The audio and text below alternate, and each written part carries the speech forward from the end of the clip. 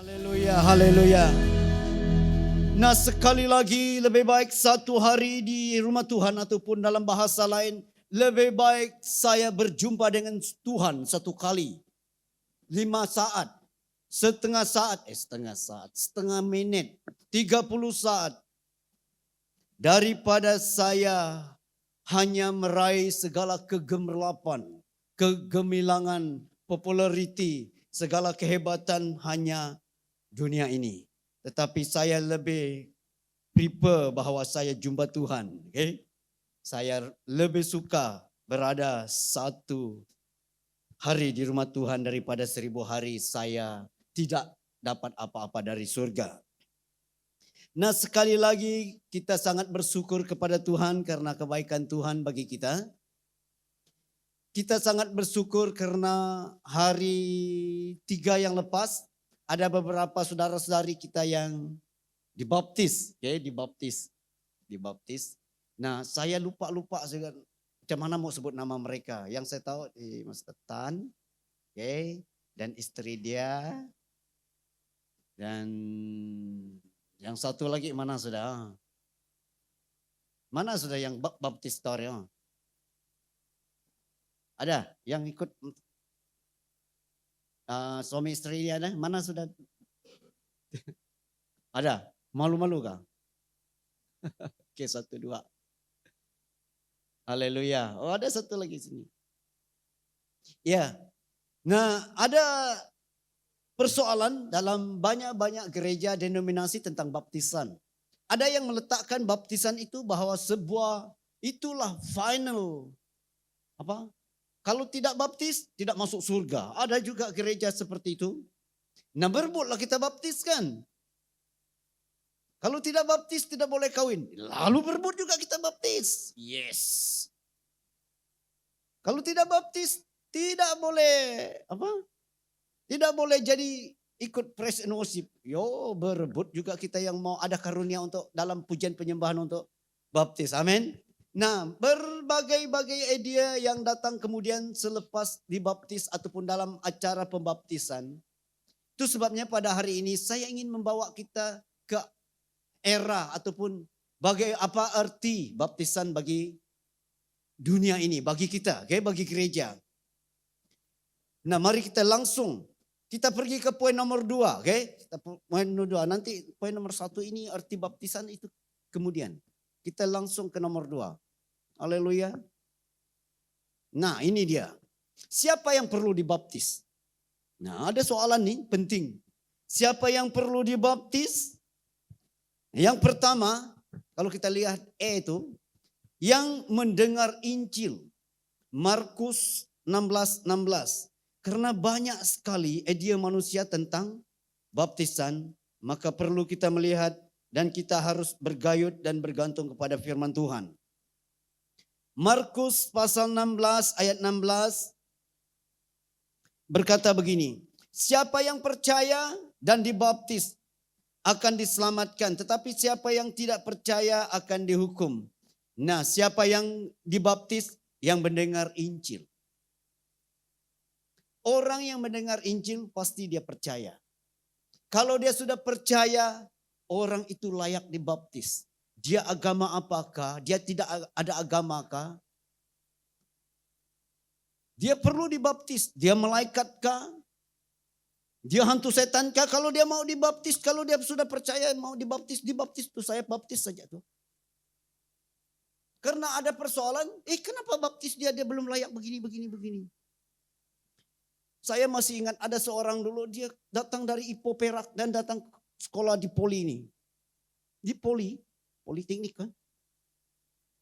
Waktu ada satu retreat, muda-mudi buat retreat dan ramai-ramai. Ada nama-nama yang mau dibaptis, ada belasan orang, lalu dibaptis tuh, tengah-tengah mau habis belasan orang ini, tiba-tiba ada orang datang, pasti ada satu orang mau tambah lagi dibaptis. Mana dia sana? Dia sudah Kristen? Belum. Agama dia apa? Agama Hindu. Orang Semenanjung lah kan. Boleh ke pastor? Kalau dia mau dibaptis, boleh. Dia baptis dia. Dia dibaptis tanpa dengar firman. Tetapi mungkin waktu malam itu mungkin dia sudah dengar firman. Kan? Dia sudah dengar karena dia ikut kawan-kawan dia daripada dia lepak-lepak di asrama di kampus sana dari ikutlah. Dia mungkin dengar firman satu kali malam itu dan dia mau dibaptis. Nah, yang pertama paling serius ini dikatakan Markus 16 ayat 16, orang itu mendengar dan percaya dan dibaptis. Orang itu dengar dan dia percaya, dia minta dibaptis, saya baptis. Tanpa dia jadi orang Kristen, tanpa dia tak tahu dari mana-mana. Saya ingat, yalah apa salahnya baptis saja dia kan. Nanti lepas baptis aja suka hati dia pergilah. Akhirnya minggu seterusnya muncul dia di gereja tuh. Muncul dia satu seorang hitam di gereja tuh. Kita selain itu putih-putih. Mungkin selama ini ada yang hitam dari kepada kita, tapi orang ini datang. Lalu selamatlah kita yang hitam-hitam kan, dia lebih hitam. Akhirnya minggu seterusnya dia hadir. Dia seorang lelaki. Lepas itu diumumkanlah ada satu seminar tarian rebana di gereja. Wih, nama dia ada. Dia ikut menari rebana. Ya ampun, bayangkan. Dengan kerasnya. Kalau yang long lay itu. Kalau saya ambil kelas rebana ada nomor 1. Menang lagi saya. Dia keras tuh. Ya aduh Tuhan. Tuhan aja tahu. Surga aja tahu. Okay? Tetapi inilah. Orang ini sudah graduate dan balik ke KL. Saya pikir dia balik ke KL. Sudahlah. Sekali ada lawatan pergi KL sana. Di sana saya lihat dia lagi. Dia bukan hanya dia seorang saja terus percaya Tuhan. Dia heret mak dia heret adik perempuan dia. Pergi cari Tuhan. Aduh luar biasa Tuhan. Dan berilah tepukan untuk dia. Luar biasa orang itu. Nah yang kedua. Mata rohani yang dibuka. Kisah para Rasul ayat 9. Pasal 9 ayat 18. Mari kita lihat. Yang tadi orang yang percaya, yang mendengar Injil. Sekarang Kisah para Rasul 9 ayat 18 berkata begini. Dan seketika itu juga seolah-olah selaput gugur dari matanya sehingga ia dapat melihat lagi. Ia bangun lalu dibaptis. Nah ini Saulus dari Yerusalem ke Damsyik untuk tangkap orang Kristen. Dia adalah orang yang keras terhadap orang Kristen. Dia adalah agama Yahudi. Dia ketua polis. Dan dia dari Yerusalem dengan surat kebenaran untuk tangkap orang Kristen dan dipenjarakan. Kalau dia mau bunuh mereka, dia bunuh. Itu kerja Paulus sebelum dia jadi rasul. Dia bernama dia Saulus. Dia dari Yerusalem ke Damsyik. Dan malaikat Tuhan berjumpa dengan dia di tengah jalan. Dia jatuh dan dia buta. Orang bawa dia dari tempat itu ke Damsyik. Dan di sana ada satu orang yang bernama Ananias datang berdoa bagi dia. Dia doakan Paulus ini. Terus ada macam selaput yang jatuh dari mata dia. Tiba-tiba dia dapat melihat. Dan dia dibaptis. Dia melihat surga. Dia melihat siapa Tuhan. Dia mengerti siapa Yesus. Dan orang ini nomor dua untuk layak dibaptis. Orang yang mengerti tentang Yesus. Yang pertama tadi, orang yang mendengar Injil dan percaya. Sekarang orang yang mengerti tentang Yesus. Berarti orang ini sudah lama dalam gereja. Paulus ini sudah lama dalam agama Yahudi. Dia hafal kitab Musa sampai Maliaki. Dia hafal. Gurunya ialah guru besar yang terbaik di negeri Israel pada masa itu. Itu Sifu dia. Dalam umur yang sangat muda dia sudah diangkat menjadi ahli Taurat. Berarti dia sangat-sangat mahir dari Kejadian sampai Maliaki. Luar biasa. Dia berkata bahwa dia tidak ada seorang pun yang setanding dia. Dalam seumur-umur dia yang sama umur dengan dia, tidak ada seorang pun yang dapat melebihi dia. Dalam mengerti hukum Taurat. Itulah Paulus. Nah akhirnya Tuhan membuka mata dia melihat tentang Yesus. Dan dia dibaptis. Luar biasa Tuhan. Luar biasa dia. Dan orang yang mengerti tentang Yesus harus dibaptis. Tetapi bagi kita zaman sekarang, mungkin baptisan itu adalah sebuah acara yang second class. Second class. Tetapi pada zaman Israel, pada zaman itu, orang yang dibaptis itulah orang yang penuh dengan integriti. Orang yang sangat dipandang baik, dipandang tinggi oleh masyarakat. Itulah orang itu layak. Itu orang mau berebut, mau dibaptis tapi tidak dibenarkan. Nah itu sebabnya Alkitab menegaskan orang yang mendengar Injil dan percaya harus juga dibaptis. Kalau dari segi perjanjian lama engkau tidak dapat dibaptis. Tetapi akhirnya kisah para rasul menegaskan orang yang matanya dapat melihat Allah dengan jelas, mengerti tentang Tuhan. Orang ini pun layak dibaptis, lalu serta merta dibaptis. Luar biasa Tuhan, luar biasa Paulus ini. Tetapi dia sudah lama tidak mengerti. Akhirnya mengerti juga. Nah pada hari ini biarlah saya dan saudara mampu mengerti siapa Yesus. Kalau orang tanya siapa Yesus? Kalau kawan kamu tanya kamu siapa Yesus sekarang ini, coba tanya kawan kamu sebelah siapa Yesus. Tengok macam mana dia jawab kamu. Tanya orang sebelah kamu, tanya siapa Yesus. Apa jawaban mereka? Hah? Tuhan saya, good. Seluar sini ada apa? Apa jawaban kawan kamu dari sini?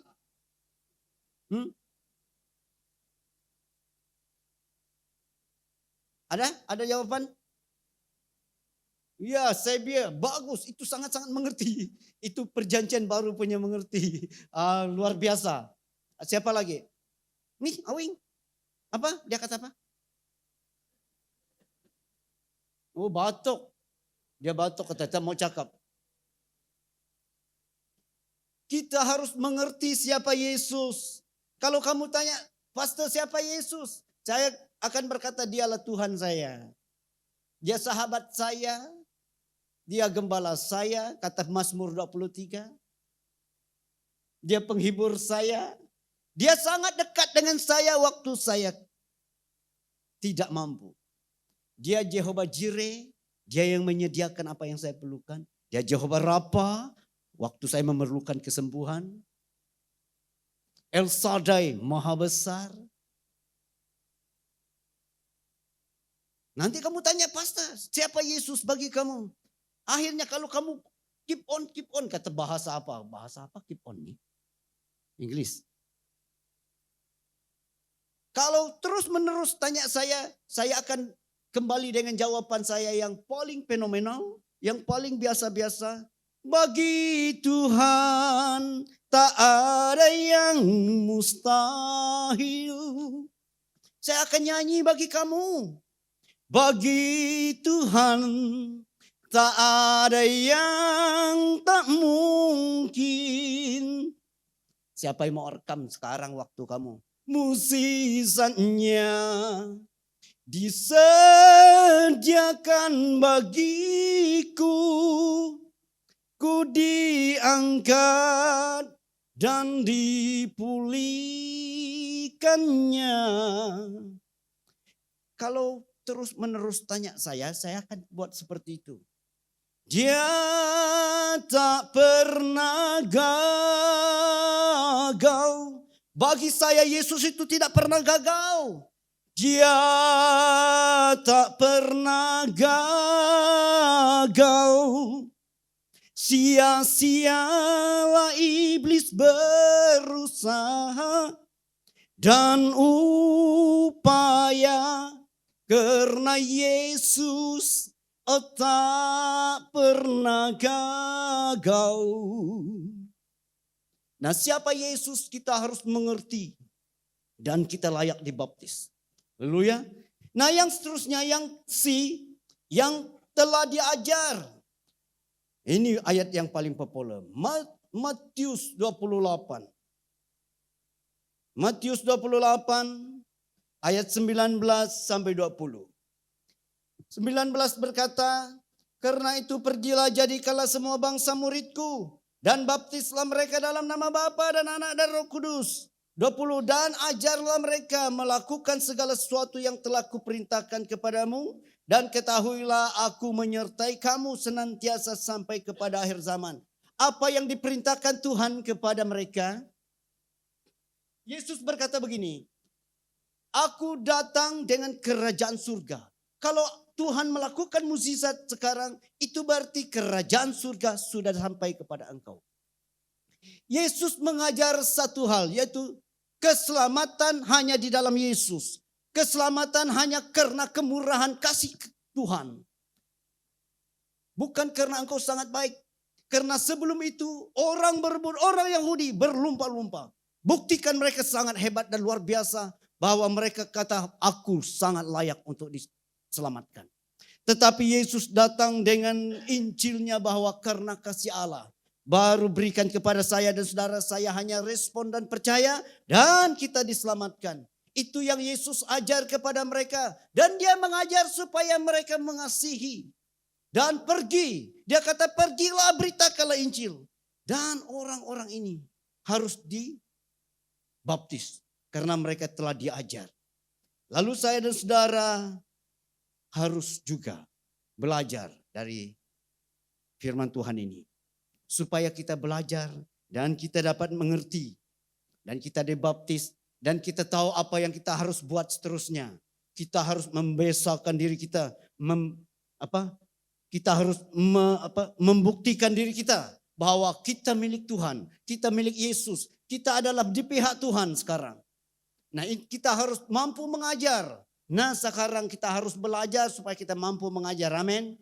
Kita harus mampu mengajar. Sampai bila kita tidak mau mengajar. Kita harus mengajar orang-orang yang ada dekat kita juga. Kita harus belajar. Nah, ini yang ketiga dan yang keempat nih yang menerima Roh Kudus. Kisah Para Rasul. Kisah Para Rasul 10. Ayat 47. Kisah Para Rasul 10 ayat 47. Ayat 47 berkata, bolehkah orang mencegah untuk membaptis orang-orang ini dengan air sedangkan mereka telah menerima Roh Kudus sama seperti kita. Tiba-tiba ada orang bukan Yahudi terima pekerjaan Roh Kudus. Dan bagi orang Israel itu satu perkara yang tidak boleh. Mereka sangat berkata bahwa itu haram. Tidak boleh bangsa lain kongsi Allah kita, Tuhan kita. Haram. Tetapi waktu mereka berdoa di tempat ini, orang ini menerima Roh Kudus karena mereka mendengar ada yang berbahasa roh.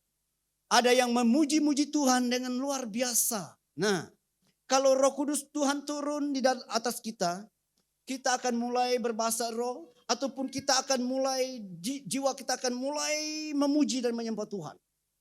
Halo? Kalau Roh Kudus turun atas orang, apa yang kamu akan pikir? Dia akan dikuasai oleh alam gaib. Ya, betul juga. Tetapi kalau Roh Kudus turun atas kita, kata firman Tuhan, kita akan mulai berbahasa roh. Itu satu karunia dari Tuhan juga. Dan lidah kita akan mulai mampu muji Tuhan.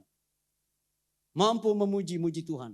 Kita akan mampu berdoa dengan akal budi. Kita akan mampu berdoa dengan roh, bahasa roh kita. Masih ingat apa yang saya kata minggu lepas? Bahwa orang ada karunia berbahasa roh di gereja kami. Mereka berbahasa roh tidak pandai-pandai berhenti itu. Sampai kita yang tidak ada bahasa roh ini kita lapar. Amin. Kita lapar. Saya tengok, aduh, sudah lapar nih. 1 jam, 2 jam berdoa, sudah lapar. Macam mana nih? Itu sebabnya saya mintalah dari Tuhan supaya saya ada bahasa roh. Akhirnya 3 tahun kemudian ada bahasa roh datang dengan saya. Saya berdoa. Mereka berdoa dengan bahasa roh. Mungkin sudah berapa tahun mereka sudah keletihan juga. Nah, saya yang baru fresh nih, ya bersemangat. Nah, baru tahu. Baru saya terbalikkan. Mereka sudah lapar, saya berbahasa roh 1 jam. Rasakan, macam mana rasanya saya dulu. Saya ingat, ini kalilah saya. Oh, bahasa roh. Manalah kita tahu waktu saya berbahasa roh, Roh Kudus turun lagi atas mereka. Dah bahasa roh mereka lebih dahsyat lagi. Ya ampun, nah ini tambah lagi 3 jam. Nah kita pula yang lapar kan. Ya. Tetapi kalau pekerjaan Tuhan terjadi, orang tidak tahu lapar.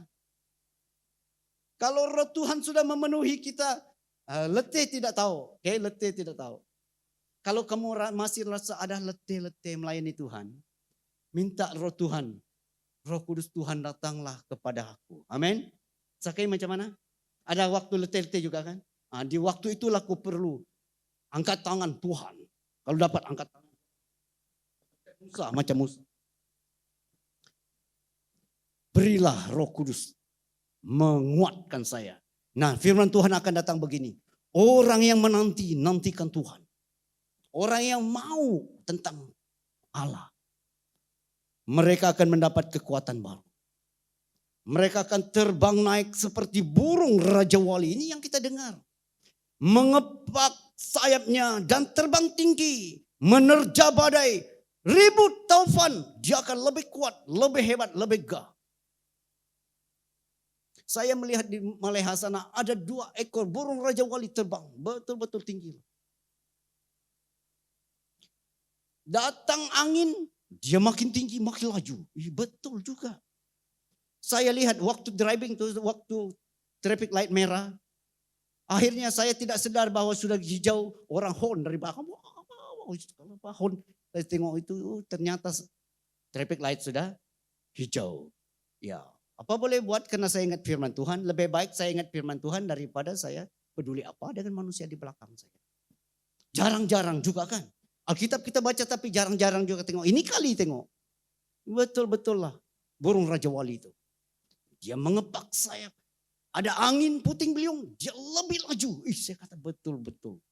Nah inilah orang yang mau Roh Kudus. Memerlukan Roh Kudus kalau sudah letih. Kalau sudah keletihan melayani Tuhan. Semangat kurang. Minta Roh Kudus. Roh Kudus akan tiupkan kuasa dalam engkau. Dan engkau akan lebih kuat dan lebih bersemangat. Crazy memuji dan mencari Tuhan. Orang akan bingung, dunia akan bingung apa yang dia makan nih. Dia mimpi apa semalam, luar biasa kehadiran orang itu. Kalau orang itu pimpin di sini pun luar biasa, dia tidak perlu nyanyi engkau kerbato. Hadirat Tuhan datang dan pasti bertobat. Kalau kita betul-betul legil keras hati, apa boleh buat? Iblis lebih awal bertobat dari kita dan kita baru kemudian. Sudah tengok setan bertobat, baru kita bertobat. Salah juga. Haleluya. Nah ini yang kita lihat. Bahwa kalau Roh Kudus turun atas mereka. Dan siapa yang dapat mencegah mereka untuk dibaptis. Haleluya. Lalu ada yang berpikir begini. Pastor, saya sudah dibaptis waktu saya kecil. Bolehkah saya dibaptis lagi? Itu soalan yang banyak sekarang. Masa kami baptis di dekat rumah itu ipar Elder Tom, ada juga orang tanya, rasa-rasanya mau ikut baptis tadi. Hah? Sudah baptis, mau ikut lagi. Nah mari kita sampai kepada arti sebuah baptisan. Mari kita mengerti supaya kita tahu sebuah baptisan itu apa. Roma 6 ayat 3 sampai 4. Roma 6 ayat 3 sampai 4. Atau tidak tahukah kamu bahwa kita semua yang telah dibaptis dalam Kristus telah dibaptis dalam kematiannya. Ayat 4. Dengan demikian kita telah dikuburkan bersama-sama dengan dia oleh baptisan dalam kematian. Supaya sama seperti Kristus telah dibangkitkan dari antara orang mati oleh kemuliaannya Bapa, kemuliaan Bapa, demikian juga kita akan hidup dalam hidup yang baru. Nah inilah arti baptisan. Dikatakan bahwa kita yang dibaptis itu mati bersama-sama dengan Kristus. Waktu Yesus dikuburkan dan kita ambil bagian karena kita dibaptis. Waktu Yesus bangkit dalam kemuliaan, kita juga harus hidup dalam kemuliaan. Haleluya. Luar biasa baptisan. Ada orang melihat baptisan adalah sebuah second class. Dan ada orang melihat baptisan hanyalah satu atur cara yang gereja sudah tetapkan. Dan sangat sedih bagi saya. Kalau kita melihat sebuah baptisan seperti itu, sangat sedih. Satu perkara yang menyedihkan hidup surga. Karena begini, orang Israel keluar dari tanah Mesir. Dan mereka masuk Laut Merah. Firman Tuhan berkata, mereka telah dibaptiskan satu kali. One go. Tidak ada tangan yang letak dan dalam nama Bapa, tidak ada. Langsung Laut Merah itu terbelah oleh karena kedahsyatan keajaiban Tuhan. Dan orang Israel berjalan terus. Dan firman Tuhan berkata bahwa mereka telah dibaptiskan satu kali oleh Tuhan. Ternyata baptisan engkau berjalan bersama Tuhan dalam kedahsyatan dan dalam mukjizat yang luar biasa. Kalau engkau mengambil langkah untuk dibaptis, itu berarti bahwa engkau mengambil langkah untuk berjalan dengan Tuhan dalam kedahsyatan, keagungan dan kemuliaan Tuhan. Supaya saya dan saudara tidak mengerti baptisan itu sebuah atur cara yang ditetapkan oleh gereja. Yang hanya second class dalam semua acara. Tetapi bagi saya sudah melihat hal seperti ini. Ini adalah satu langkah engkau berjalan bersama Tuhan. Hidup dan mati. Hidup segulai. Iban cakap apa? Hidup segulai, mati serta. Ada orang Iban di sini? Betul gitu? Betul. Jangan kata tak betul, saya sudah pandai cakap Iban nih. Amat wai. Pandai cakap Sabah, ini kali lah. Pandai cakap Cina lagi. Ada Cina sini? Lu orang jalan mana? Cakap Cina saya. Haleluya. Waktu saya mengambil keputusan untuk dibaptis, berarti saya mengambil satu langkah di mana saya berjalan bersama Tuhan dalam mukjizat yang luar biasa yang tidak pernah didengar oleh telinga dan tidak pernah dilihat oleh mata sebelum itu. Berarti benar-benar di dalam kuat kuasa dan berjalan beserta Tuhan. Berjalan bersama Tuhan. Dan lepas itu baru orang Israel sampai ke seberang. Dan mereka mulai berjalan 40 tahun di padang gurun. Menyedihkan sekali. Apa yang buat orang Israel berjalan 40 tahun di padang gurun? Karena mereka tidak belajar percaya. Amin. Perjalanan dari Laut Merah sampai ke Kanaan hanya mengambil 2 minggu sahaja. 2 minggu akan berjalan terus dan hanya 2 minggu. Tetapi sebelum mereka sampai ke sana di seberang tanah Kanaan, Musa mengantar 12 pengintai dan 10 pengintai tidak belajar percaya kepada Tuhan. Hanya 2 saja yang berpaut walaupun dari segi mata memang mustahil semuanya. Hidup ini sangat-sangat mustahil bagi manusia. Tetapi bagi Tuhan tidak ada yang mustahil. 10 pengintai mereka tidak pernah belajar dan berpaut bagaimana untuk percaya.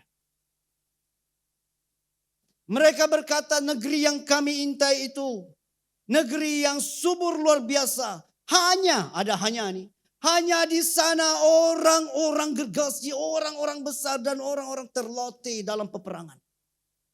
Tembok-tembok itu besar dan tinggi, terutama tembok Yeriko. Tuhan sakit hati.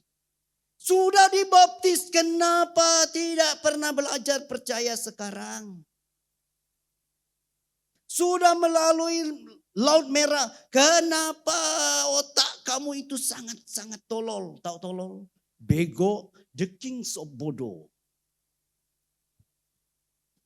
Nah, baru-baru ini abang saya stroke dan kalau lihat dari segi manusia memang susah lah. Dan mula-mula iman saya masih berdiri lah kan. Saya dapat rasa bahwa iman orang sebelah sini sudah tidak ada, sini pun tidak ada. Saya berpaut saja.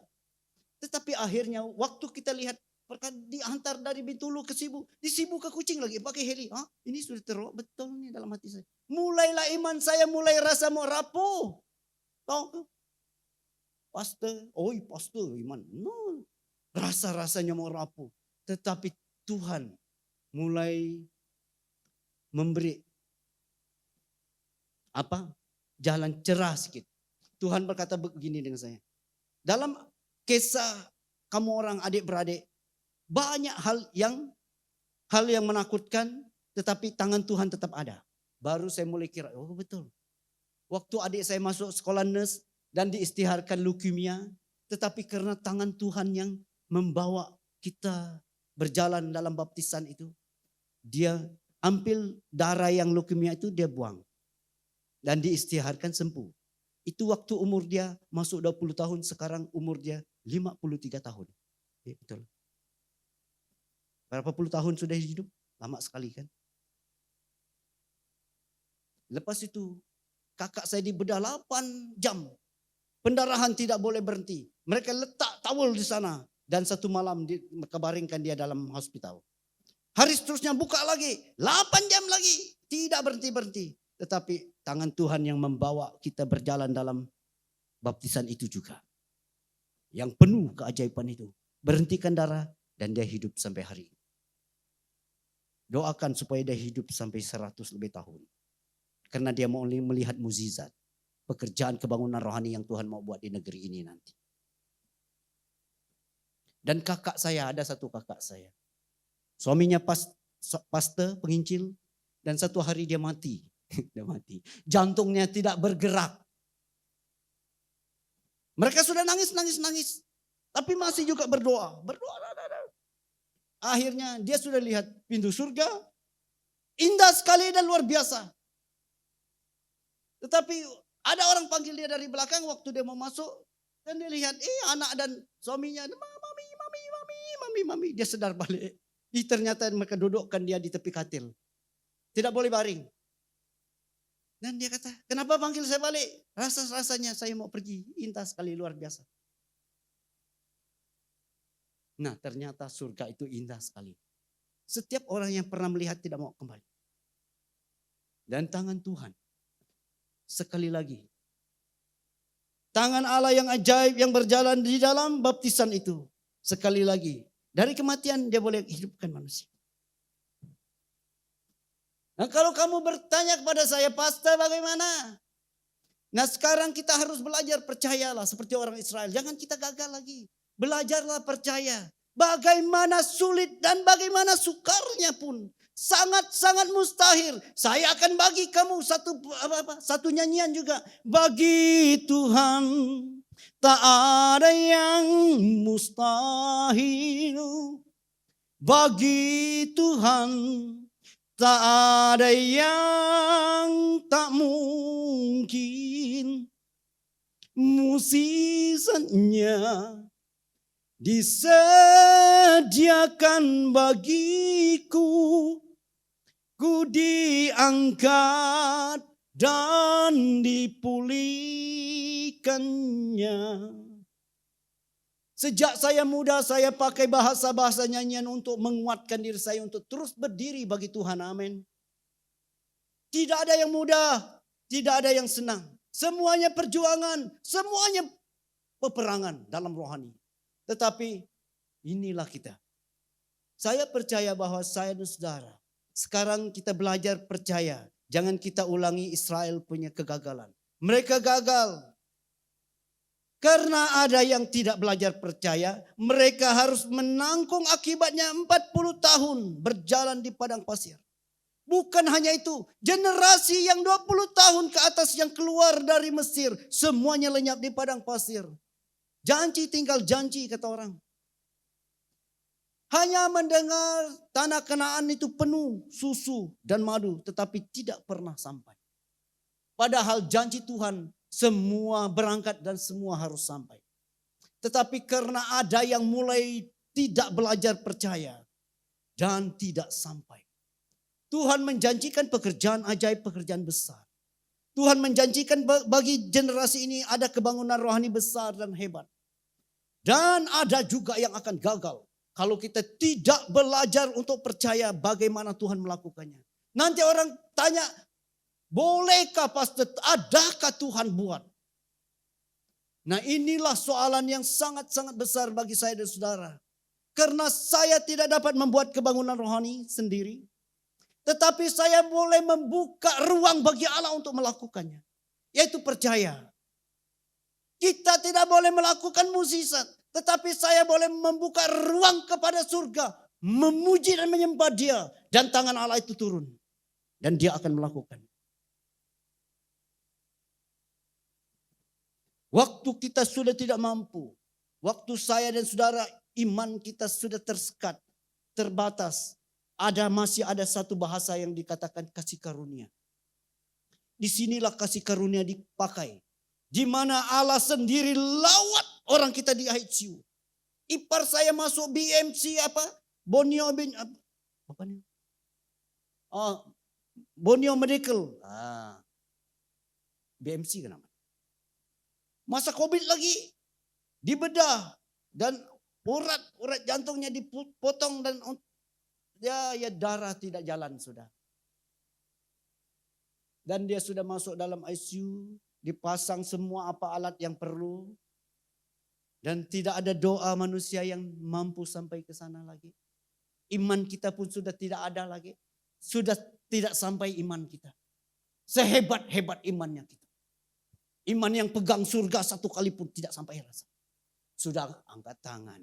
Tetapi masih ada satu kasih karunia. Allah sendiri turun dengan pakaian putih. Berkata kepada dia, saya adalah sahabat. Bukan sahabat. Saya adalah adik-beradik kau. Ipar saya di dalam penglihatan dia dalam masa itu dia dalam sangkar besi. Dan diletakkan dalam air. Dan orang itu datang dan dia pecahkan sangkar besi itu. Dan ipar saya terus bangun dalam ICU itu. Dan dia terus bangun dan dokter kasih baring ke dia. Jangan bergerak semua alat ini. Tidak, saya sudah sembuh, saya sudah oke. Langsung dicek semua normal. Dan dia sudah kuat. Sebelum itu mereka kata bahwa dia akan paralyzed. Karena lama sekali. Bapak-bapak minggu. Tetapi kalau kasih karunia yang bernama kasih karunia. Allah sendiri turun, apapun dia akan memulihkan. Amin. Dan engkau, saya dan saudara memerlukan Tuhan sebagai kasih karunia datang berjumpa dengan kita dalam kehidupan kita setiap hari, dalam keluarga, dalam apapun. Kalau keceriaan, kalau kebahagiaan, kalau sukacita sudah tidak ada dalam keluarga, dalam hidup kamu, minta Tuhan datang, Tuhan lawat. Kaca sahaja yang sudah jatuh terpecah. Tuhan boleh buat. Dia boleh buat dan membentuknya indah.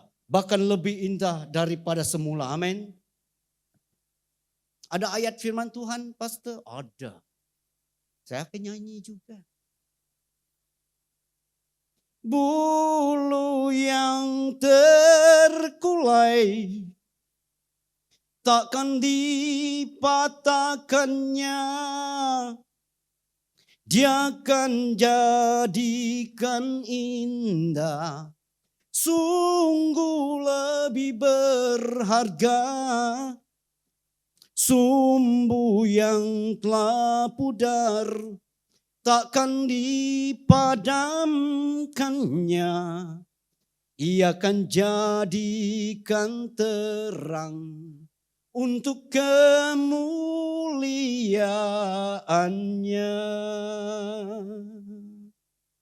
Haleluya. Haleluya. Nah, sebagai kesimpulan, mari kita belajar untuk percaya dan terus berjalan bersama Tuhan. Karena rencana Allah yang asal bagi saya dan saudara itu indah, luar biasa. Sempurna, oke, sempurna. Dia sempurna. Kadangkala kita rasa bahwa hidup tidak adil. Tetapi saya ingin katakan di sini bahwa hidup pasti adil.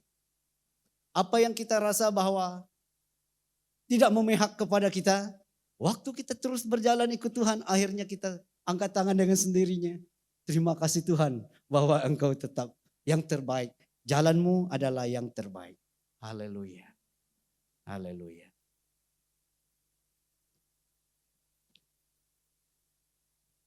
Haleluya. Haleluya. Ada sebuah penyembahan tadi yang saya sangat suka tuh, yang nomor 2 akhir itu. Macam mana tadi? Oh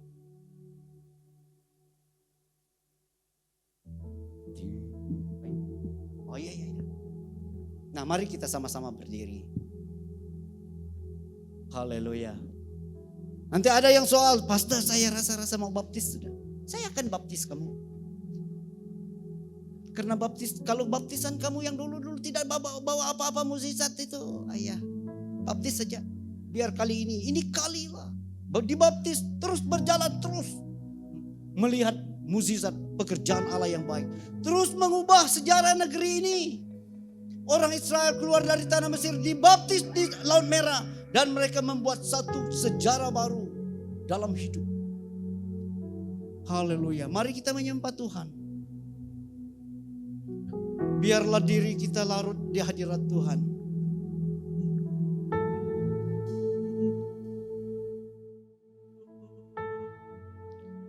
Haleluya. Ku membawa hatiku, Benar Tuhan.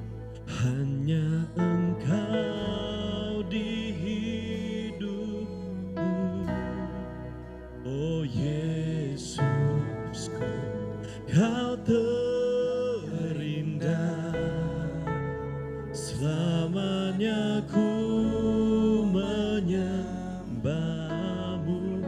Ku membawa hidupku, membawa hidupku.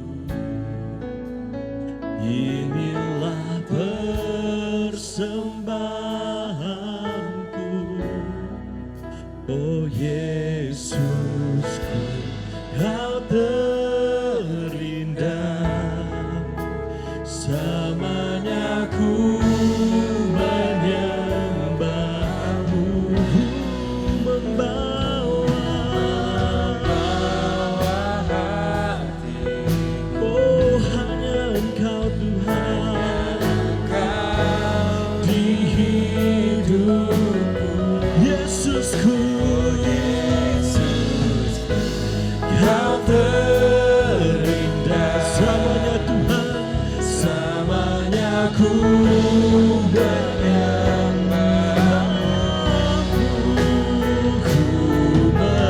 membawa hidupku.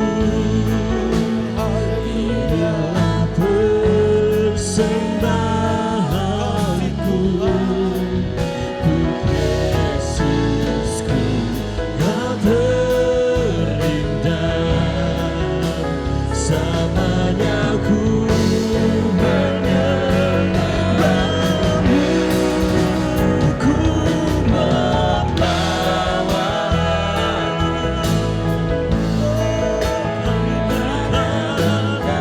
segalanya bagimu Tuhan. Oh Yesus, Kau terindah. Selamanya ku menyembah. Ku membawa hidupku,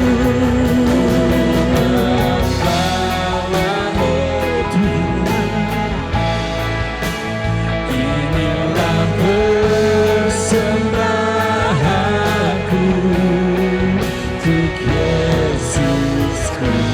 Kau terindah.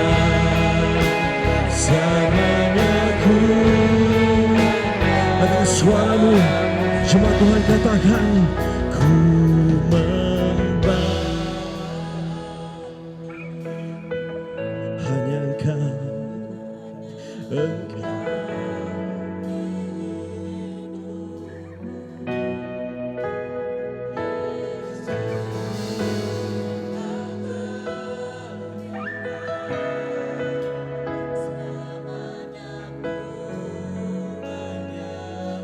Ku membawa hidupku Tuhan.